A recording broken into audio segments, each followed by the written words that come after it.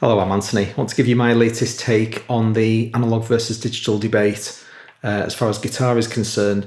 The past couple of years I've been completely in the box. Every one of my guitar sounds has come from the PC, primarily Amplitude, but I also use Bias FX and some of the Plugin Alliance plugins as well. I shouldn't forget Arturia, actually, they do some great emulations as well. So across this suite of plugins, I thought, well, I've got my entire situation sorted. I don't need analog anymore. And I've come to the conclusion that I was wrong because digital overdrive just isn't cutting it for me.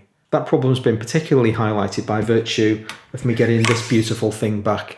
I've not been able to use this for a couple of years because the frets got worn down. I then tried to refret them myself and kind of got 90% of the way there, but 90 is not 100.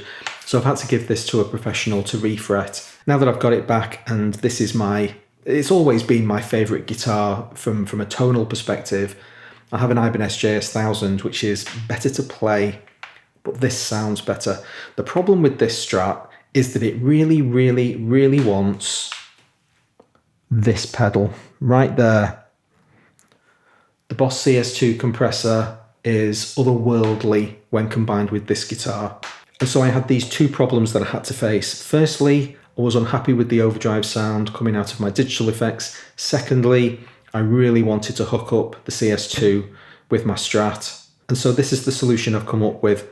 Those analog pedals that you can see there, that's just for today's purposes. I'm basically plugging in whatever I need at the front of the chain, fully analog. Every one of those pedals is analog. That signal's then going into Cubase where I'm doing my amp modeling and modulation. I'm going to give you a quick demo of my setup today to illustrate, hopefully, that this is the way to go. Partially analog right at the beginning of the chain. Once it's in the computer can do what it wants with it. So without further ado, let's get up and running. I'll turn everything off. Occasionally I might need to mute my mic as well because you'll hear that ticking of me playing the strings and it really makes everything sound horribly tinny. So I'll shut the mic off. This is the guitar straight into Fender Twin emulations, stereo pair, with very, very similar settings. You can just see the treble changing slightly. Essentially, this is the flattest sound I could get out of Amplitude. I wanted something that was reproducing the guitar's tone as much as possible. I have, where are we? There. Just over there, so it's a little bit dark, but there's a Fender Twin over there, which I have plugged in and I've tried to get up and running. And it's beautiful and I love it. You know, one of these situations where you kind of baby step your way to the point where it's just so much trouble to get everything up and running that you just don't bother. And so this kind of hybrid system where I've got the analog pedals right at the beginning of the chain, then into the computer, I'm letting Amplitude do the Fender modeling and it's doing a pretty good job. So this is my clean sound.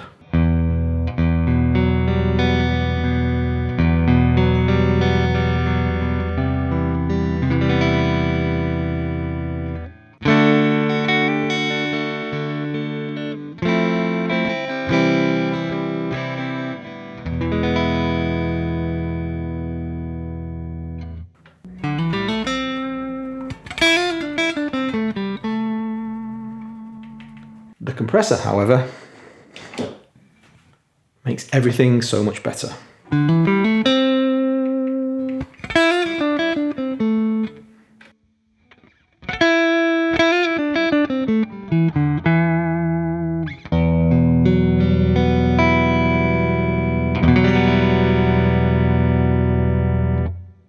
So a complete no-brainer. I've owned this guitar now for the best part of 30 years. And in all of that time, if I've had any analog setup whatsoever and any opportunity to plug pedals in, the CS2's been at the front of the chain.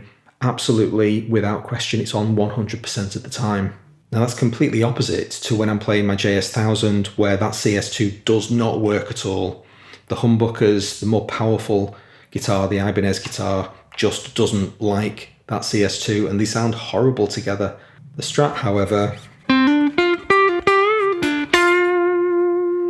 sorry about that tinny, it's horrible, isn't it?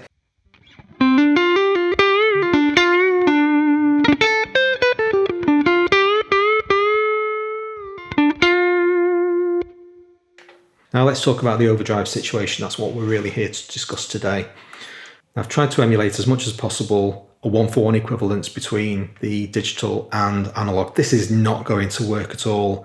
That's Black Label Japanese SD1 from, I can't remember, somewhere in the 1980s. It's basically the original pucker thing, and they just sound so warm. But here's an A-B between them.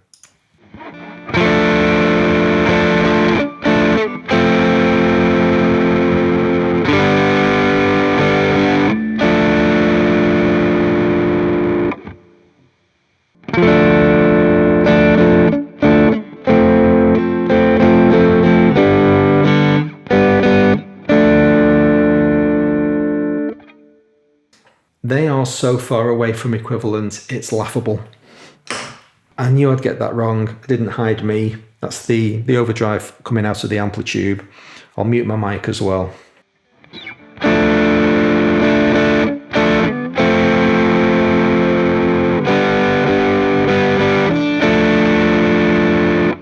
Now I'm playing that particular riff because I can play it really gently. I'm just doing backstrokes on the guitar, so it's really gentle, and I want that dynamic feeling. If I play the guitar like that, I want the pedal to respond.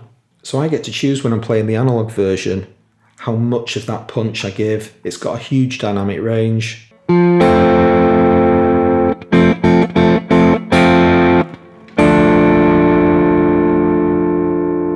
have to make sure OBS doesn't redline as well. So many different levels to keep track of. This is really tricky.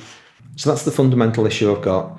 No overdrive in amplitude, regardless of combination of amps I use or any kind of model routing, doesn't come anywhere near the incredibly simple single analog pedal from the outside world.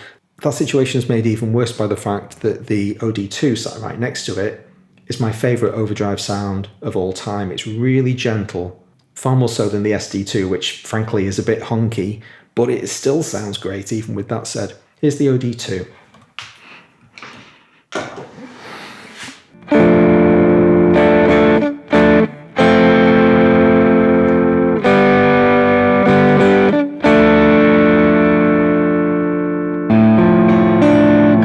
Again, obviously, I'm giving you a single demonstration of a single riff that I'm playing here, but this is genuinely everything that I want in an overdrive pedal. I'll mute the microphone so that you're not hearing the tinny horribleness, and just have a play for a minute.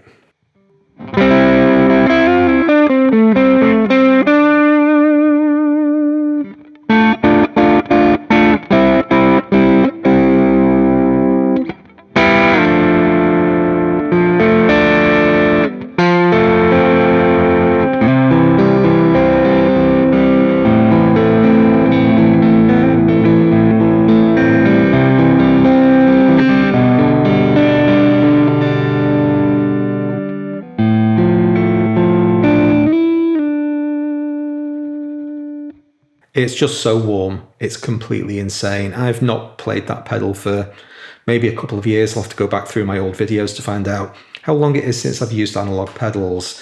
And you kind of get used to, your ear gets used to all of the digital modeling, and you think that's good enough, I'm happy with the sound. Now that I've gone back to the analog stuff, there is no comparison. And the simplicity of having what you see there is on the desk just basically to my left. And it's kind of a free space. I don't really do anything desperately important with that space. So these pedals are going to live here now, and I can swap and change them. That Mondo unit that you've got has got far more outputs than I could ever possibly need. And I want to try to keep the analog chain small and dynamic and just using the number of pedals that I need in any given moment.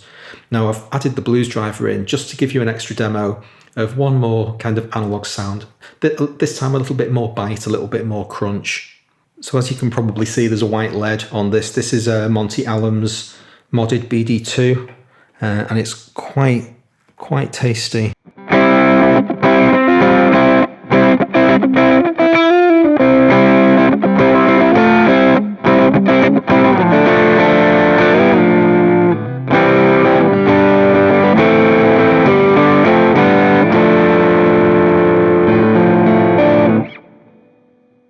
So I've still got all the dynamic control.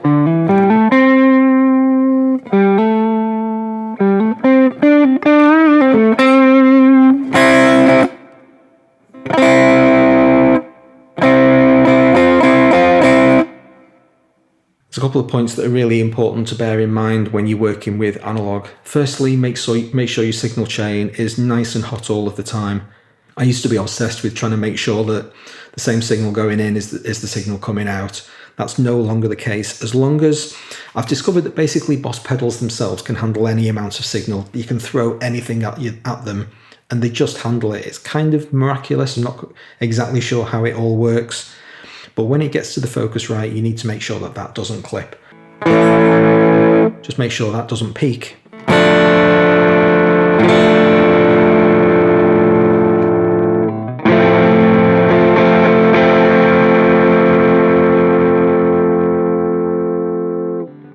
The second thing that's hugely important, though, is the ordering of your analog pedals. I'll use the 2 yellow pedals to demonstrate.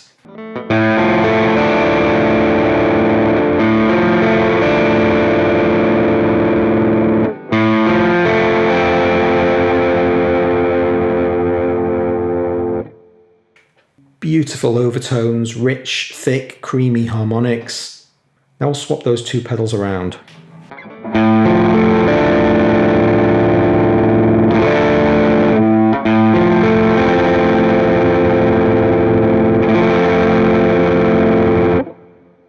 Sounds more like a Germanium fuzz, complete breakup, absolutely farting everywhere.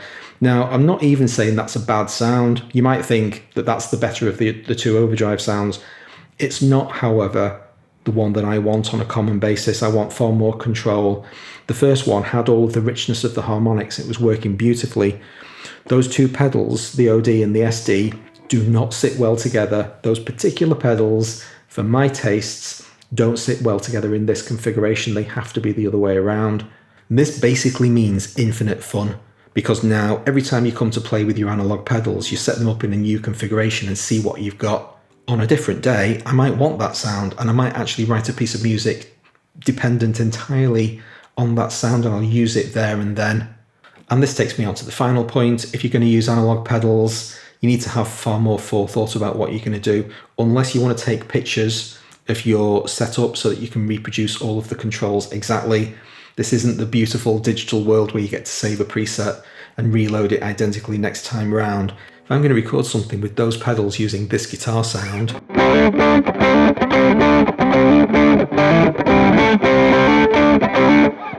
I need to make sure I record the whole damn thing, because I might not be able to reproduce it even on a different day with a photograph. Attempting to reproduce the analog pedals, it requires so much more than that. It's your body, it's your brain, it's your state of being at that time. I'm not going to be able to get exactly that tone again, no matter how hard I try. I might forget to take a photo of the guitar, for instance. My tone control's on 6.5 at the moment, which just happens to be, the setting that I'm playing with today. So a lot more foresight required, and it's a complete pain in the backside that I need to use analog pedals, but I love them so much I've got no choice. So that's where we are. I'm going to embrace it, and I'm going to try to enjoy that process of getting to play with my lovely collection of Boss pedals again, which is a complete joy to own, and it's so sad when they sit on the shelf being completely unused. And hopefully it's going to inspire me to write some cool tunes. Hope you enjoyed this one today. Please hit like if you did. Don't forget to subscribe if you haven't already. I'll see you next time. Thanks very much.